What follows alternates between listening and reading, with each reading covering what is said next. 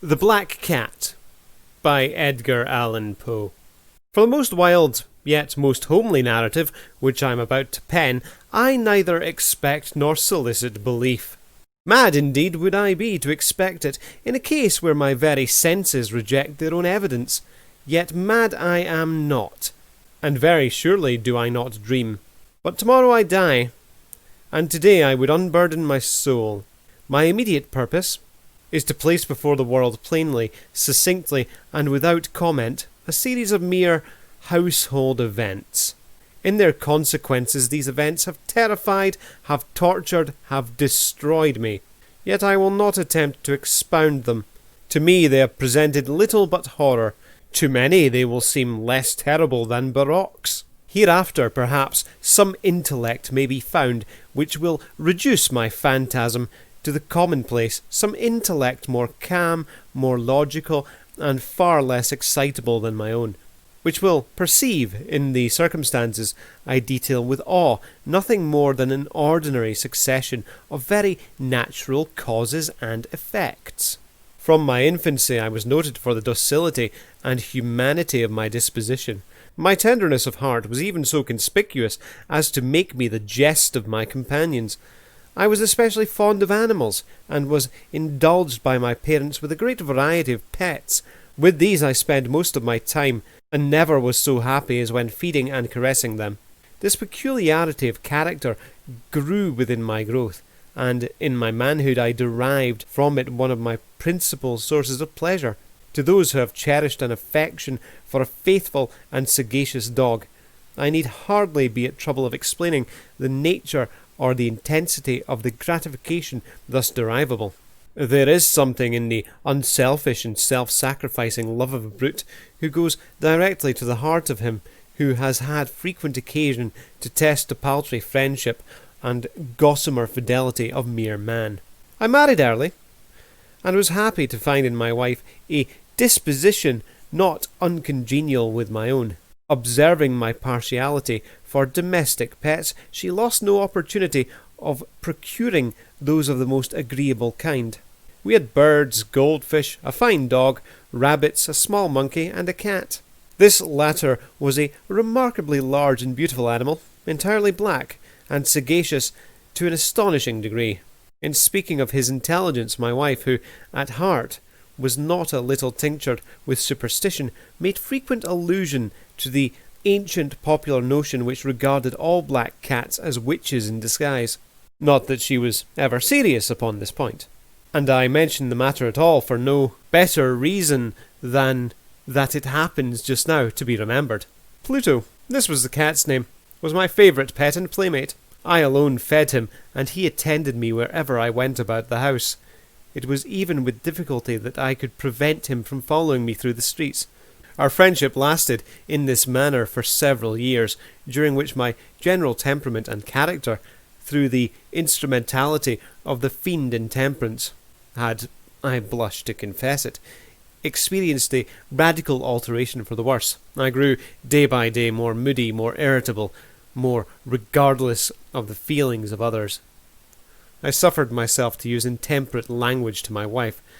At length I even offered her personal violence. My pets, of course, were made to feel the change in my disposition. I not only neglected but ill-used them. For Pluto, however, I still retained sufficient regard to restrain me from maltreating him, as I made no scruple of maltreating the rabbits, the monkey, or even the dog, when, by accident or through affection, they came in my way. But my disease grew upon me, for what disease is like alcohol? And at length even Pluto, who was now becoming old, and consequently somewhat peevish, even Pluto began to experience the effects of my ill temper. One night, returning home much intoxicated from one of my haunts about town, I fancied that the cat avoided my presence. I seized him, when in his fright at my violence, he inflicted a slight wound upon my hand with his teeth. The fury of a demon instantly possessed me. I knew myself no longer. My original soul seemed at once to take its flight from my body, and a more fiendish malevolence, gin-nurtured, thrilled every fibre of my frame. I took from my waistcoat pocket a penknife, opened it, grasped the poor beast by the throat, and deliberately cut out one of its eyes from the socket. I blush, I burn, I shudder when I pen this damnable atrocity.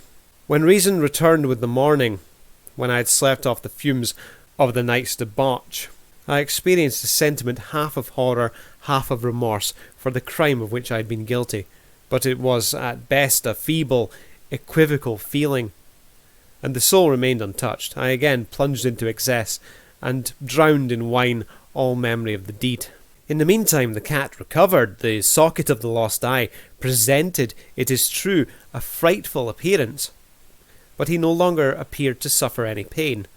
He went about the house as usual, but, as might be expected, fled in extreme terror at my approach. I had so much of my old heart left as to be at first grieved by this evident dislike on the part of a creature which had once so loved me. But this feeling soon gave place to irritation, and then came, as if to my final and irrevocable overthrow, the spirit of perverseness. Of this spirit philosophy takes no account, yet I am not sure that my soul lives, than I am that perverseness is one of the primitive impulses of the human heart, one of the indivisible primary faculties or sentiments which give direction to the character of man, who has not 100 times found himself committing a vile or silly action, for no other reason than because he knows he should not. Have we not a perpetual inclination in the teeth of our best judgment to violate that which is law, merely because we understand it to be such? The spirit of perverseness, I say, came to my final overthrow. It was this unfathomable longing of the soul to vex itself, to offer violence to its own nature, to do wrong for the wrong's sake only, that urged me to continue and finally to consummate the injury I had inflicted upon the unoffending brute.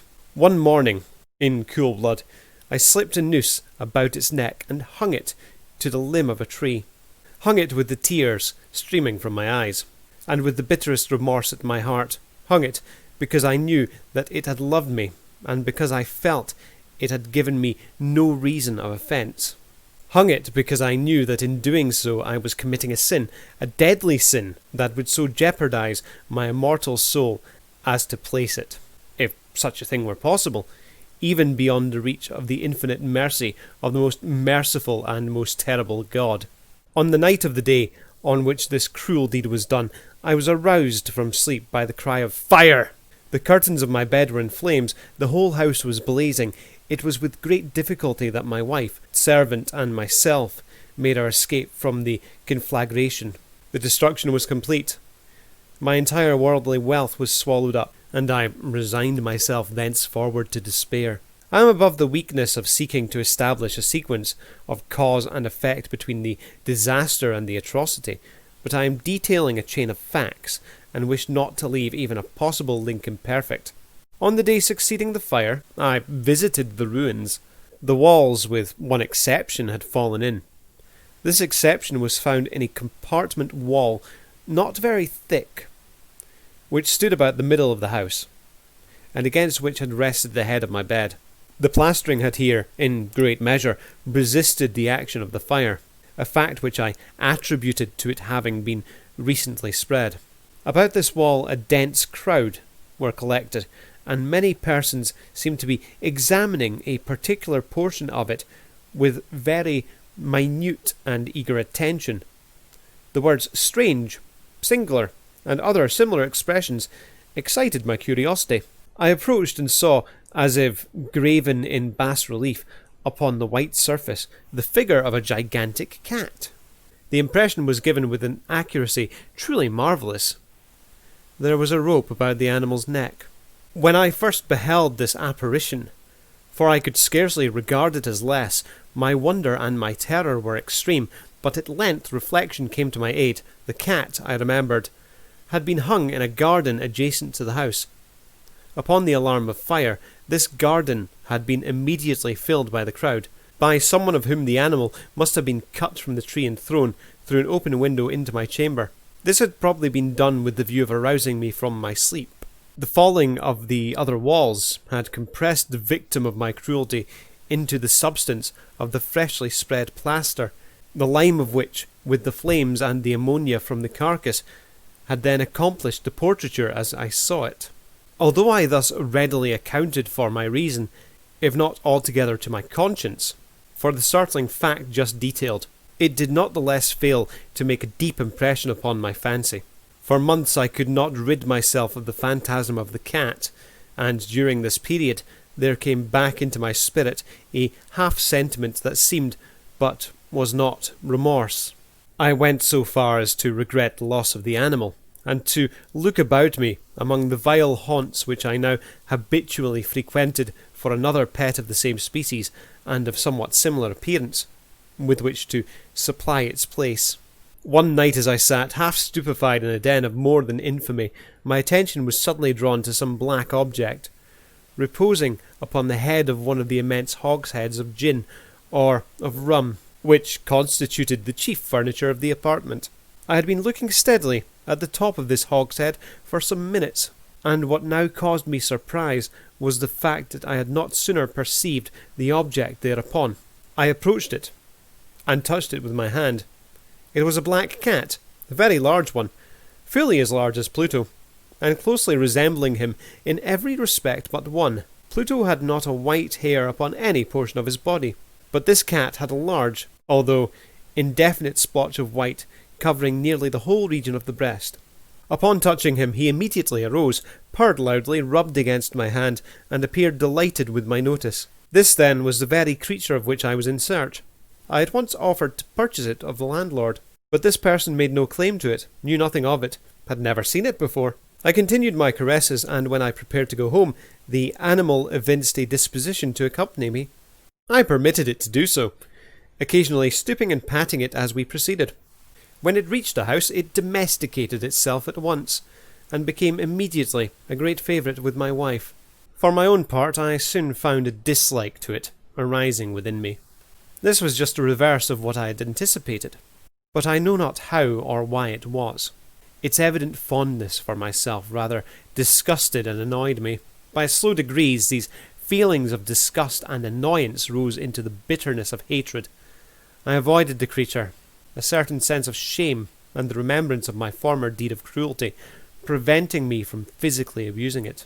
I did not for some weeks strike, or otherwise violently ill-use it, but gradually, very gradually, I came to look upon it with unutterable loathing, and to flee silently from its odious presence, as from the breath of a pestilence. What added no doubt to my hatred of the beast was the discovery on the morning after I brought it home that, like Pluto, it also had been deprived of one of its eyes. This circumstance, however, only endeared it to my wife, who, as I have already said, possessed in a high degree that humanity of feeling which had once been my distinguishing trait, and the source of many of my simplest and purest pleasures. With my aversion to this cat, however, its partiality for myself seemed to increase. It followed my footsteps with a pertinacity which it would be difficult to make the reader comprehend. Whenever I saw it, it would crouch beneath my chair, or spring upon my knees, covering me with loathsome caresses. If I arose to walk, it would get between my feet, and thus nearly throw me down, or, fastening its long and sharp claws in my dress, clamber in this manner to my breast. At such times, although I longed to destroy it with a blow, I was yet withheld from so doing, partly by a memory of my former crime, but chiefly, let me confess it at once, by absolute dread of the beast. This dread was not exactly a dread of physical evil, and yet I should be at a loss how otherwise to define it. I'm almost ashamed to own, yes, even in this felon's cell, I'm almost ashamed to own that the terror and horror with which this animal inspired me had been heightened by one of the merest chimeras it would be possible to conceive. My wife had called my attention more than once to the character of the mark of white hair, of which I have spoken, and which constituted the sole visible difference between the strange beast and the one I had destroyed. The reader will remember that this mark, although large, had been originally very indefinite, but by slow degrees nearly imperceptible, and which for a long time my reason struggled to reject as fanciful, it had at length assumed a rigorous distinctness of outline. It was now the representation of an object that I shudder to name, and for this, above all, I loathed and dreaded, and would have rid myself of that monster had I dared. It was now, I say, the image of a hideous, of a ghostly thing, of a ghastly thing, of the gallows, O morning and terrible engine of horror and of crime, of agony and of death. And now was I indeed wretched beyond wretchedness of mere humanity, and a brute beast whose fellow I had contemptuously destroyed, a brute beast to work out for me, a man, fashioned in the image of the high God. So much of insufferable woe. Alas, neither by day nor by night knew I the blessing of rest any more. During the former, the creature left me no moment alone, and in the latter I started hourly from dreams of unutterable fear to find the hot breath of the thing upon my face, and its vast weight, an incarnate nightmare that I had no power to shake off, incumbent eternally upon my heart. Beneath the pressure of torments such as these, the feeble remnant of the good within me succumbed. Evil thoughts became my sole intimates, the darkest and most evil of thoughts. The moodiness of my usual temper increased to hatred of all things and of all mankind, while from the sudden, frequent and ungovernable outbursts of a fury to which I am now blindly abandoned myself, my uncomplaining wife, alas, was the most usual and most patient of sufferers. One day she accompanied me upon some household errand into the cellar of the old building which our poverty compelled us to inhabit. The cat followed me down the steep stairs, and, nearly throwing me headlong, exasperated me to madness.